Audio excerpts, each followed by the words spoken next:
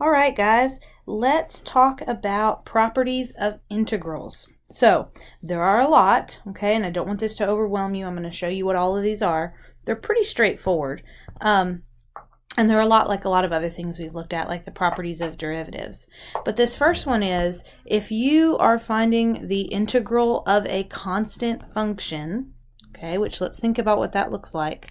If we were to draw a graph, okay, we're just looking at a constant function like y equals 4, okay?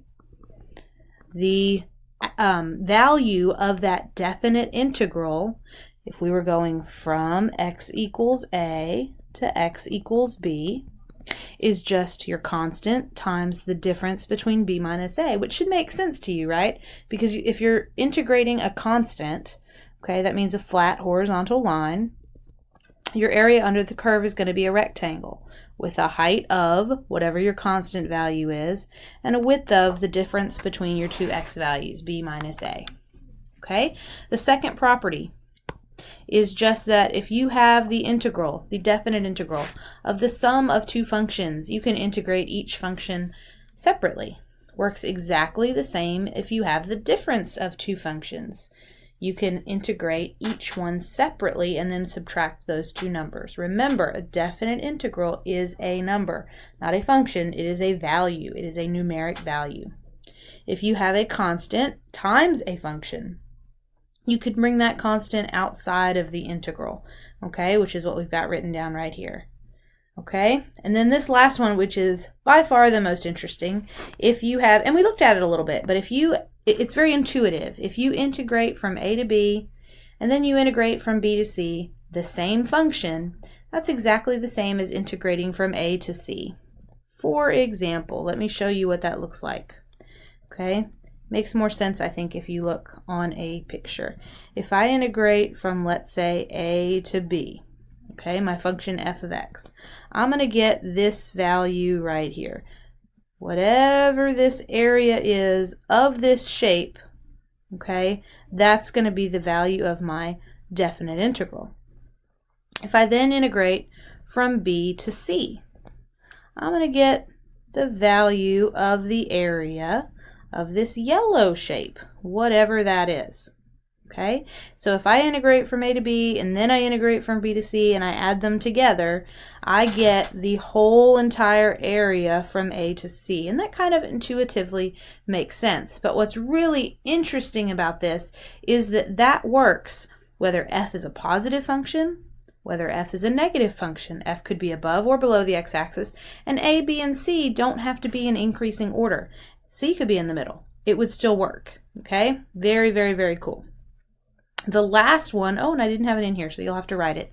The last one is also kind of neat. The integral from a to b of f of x dx equals the opposite of, which means a minus sign, the integral from b to a of f of x dx. In other words, if you flip-flop your limits, your a and your b, we call them the limits of integration, by the way. If you flip-flop those, it introduces a minus sign. So if for some reason you integrate from right to left, you are going to take the opposite of what the value of your integral would be from left to right.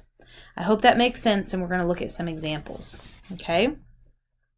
So here are actually several examples, okay, of different types of problems like this. Okay, the functions f and g are both integrable. All that means is you can find the integral, okay, and the integral from 2 to 4 of f of x is negative 4, and the integral from 2 to 7 of f of x is 2. Okay, so let's just think about this. How could this be possible? There are lots and lots and lots of ways that this could be possible, but the integral from 2 to 4 is negative 4. Okay, so just for simplicity's sake, let's say that that region is completely below the x-axis and has an area of 4. That would give us an integral of negative 4, wouldn't it? Yes, yes it would. The integral from 2 to 7 has to be positive 2. So what does that mean? That means that from 2 all the way up to 7, we get a net area that is positive, which means there's more area above the x-axis than below the x-axis. If I have to get a net area of 2, then that means there must be 2 more units of area above than below the x-axis, since there are 4 net below, which means that this integral would have to be 6. Okay, so give that a minute to sink in. I'm emailing you guys these videos, or I have emailed you, so if you need to think about that, go home, look at that, take a look, think about it, make sure that that makes sense in your head. Okay, so let's answer some of these questions. The integral from 4 to 4 of f of x dx. Well, if I integrate from 4 to 4, I'm making a rectangle with a width of 0, right? Or really any shape. It doesn't matter. It could be a rectangle. It could be any kind of geometric shape, but it has a width of 0. And so that integral is 0, right? That's kind of intuitive. Okay, and then let's skip this g one for a minute and let's go down here. The integral from 4 to 7 of f of x dx. Well, we just kind of thought this one through, didn't we? The integral from 4 to 7 of f of x dx is 6, and we just did that geometrically. How could I do that algebraically? Remember, if I take the integral from 2 to 4 of f of x dx, and I add to that the integral from 4 to 7 of f of x dx, I get the integral from 2 to 7 of f of x dx. Do you agree? From a to b plus b to c equals a to c. That was our property that we talked about. Well, what is the integral from 2 to 4? They gave us that. They said it was -4. What's the integral from 4 to 7? I don't know. What's the integral from 2 to 7 of f of x dx? They did tell me that, didn't they? They told me it was 2. So remember, a definite integral is just a numeric value. So this gives me enough information to solve for this integral.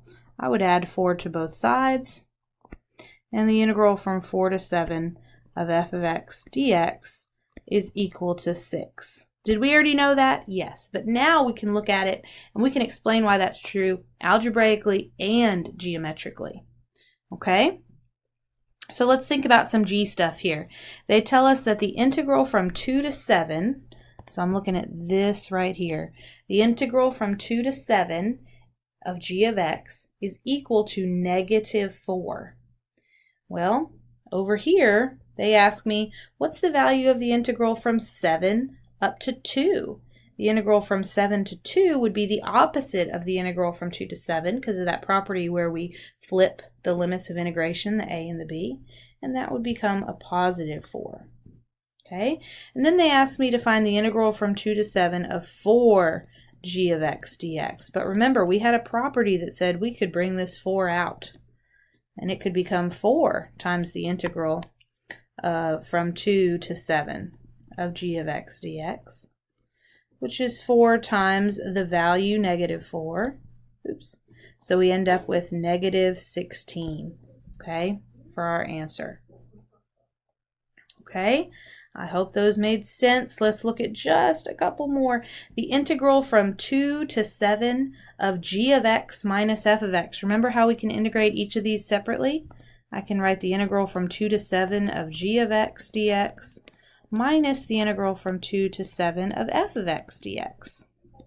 Okay, and the integral from 2 to 7 is -4, and the integral from 2 to 7 of f is 2, and -4 minus 2 gives us -6. Okay, same thing down here. We got lots of properties going on. We're going to split these apart, because if I have the integral of two things subtracted, I can integrate them separately and then subtract the values. And then I can also pull this 4, since it's a constant, outside in front of my integral symbol and outside of the integrand, and I can evaluate. Okay, so the integral from 2 to 7 of g of x dx is -4, so I have 4 times -4, and the integral from 2 to 7 of f of x dx is 2, so I have -16, minus 2, which is -18. Okay, so again, if at home you need to go over that, take a little think about that. Okay, I hope that you will. Okay, Here's another problem. The integral from 0 to 3 of x cubed minus 4x dx equals 9/4. They're just telling us a fact. This is the truth. Okay, now we have to use that information to solve this integral, which is a little interesting, isn't it? It looks kind of like the integral I started with. I'm going to rearrange a little bit. I'm going to make this a negative 2x cubed plus 8x dx, which looks a little bit more like what I started with, except I have a negative 2 that I didn't start with there. So I'm going to factor it out, and that leaves me with x cubed minus 4x. And that is the integrand that matches the integrand of the integral that they gave me. So I can take that negative 2 and factor it out of the whole thing and make this negative 2 times the integral from 0 to 3 x cubed minus 4x dx. And this right here I know equals 9/4. So I get negative 2 times 9/4, which is negative 9/2. Okay. What about this one? What about b? And I'll write it up here. So we're kind of running out of room. The integral from 3 to 0 of 4x minus x cubed. Well, they actually did a couple of things here. They flipped the limits, the a and the b. Can you see that? And then also be really, really careful. This up here is a positive x cubed minus 4x. This is actually a negative x cubed plus 4x. So they actually did two things here. They introduced a minus sign in the integral, and they also changed the limits. Okay, changing the limits introduces a minus sign, which actually cancels the minus sign that they introduced inside the integrand. And so this integral right here, believe it or not, it remains unchanged from our original problem and is still positive 9/4. Two negatives make a positive, okay, and our answer remains unchanged. Okay, this next one, these are obviously MathXL looking questions. This is the kind of stuff you're going to be asked to do in your homework.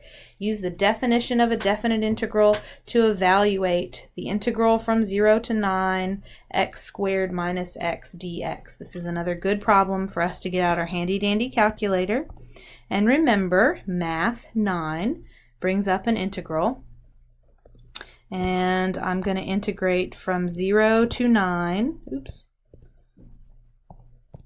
And the integrand should look like x squared minus 6. Okay, type that in my handy dandy calculator, easy peasy, 189.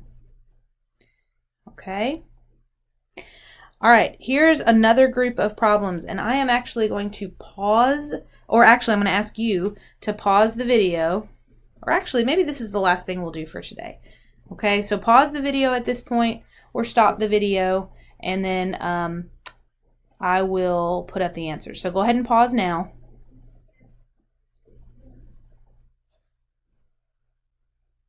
All right, hopefully you've hit pause and you've worked these. I'm going to give you the answers. 35, 4, 1, -3, and 6.